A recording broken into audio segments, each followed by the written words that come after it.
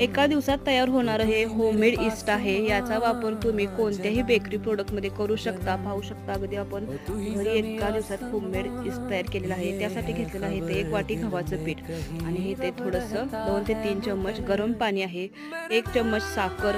आता ही साखर पूर्ण विरघळून घ्यायची। त्यानंतर घालायचं 2 चम्मच खट्टा असलेलं दही। आता हे छान मिक्स करून घ्यायचं आणि गव्हाच्या पिठामध्ये अगदी थोडं थोडं हे पीठ ओतायचं, पाणी वतायचं आणि अगदी पातळ हे पीठ अशा प्रकारे तयार करून ठेवायचं।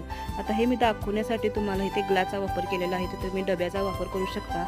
आता अशा प्रकारे हे झाकून ठेवायचं अगदी 24 तास आणि याचा वापर तुम्ही अगदी 6 चमचे 2 कप गव्हाच्या पिठासाठी ह्याचा 6 चमचे हे तुम्ही ईस्ट घेऊन वापरू शकता आणि हे स्टोअर करण्यासाठी तुम्ही फ्रीजमध्येही ठेवू शकता। आणि अशाच नवनवीन आणि ही रेसिपी जर तुम्हाला आवडली असेल तर जुगाड रेसिपीला जरूर सबस्क्राईब करा, जेणेकरून नवनवीन व्हिडिओ पाहता येतील। लाईक करा।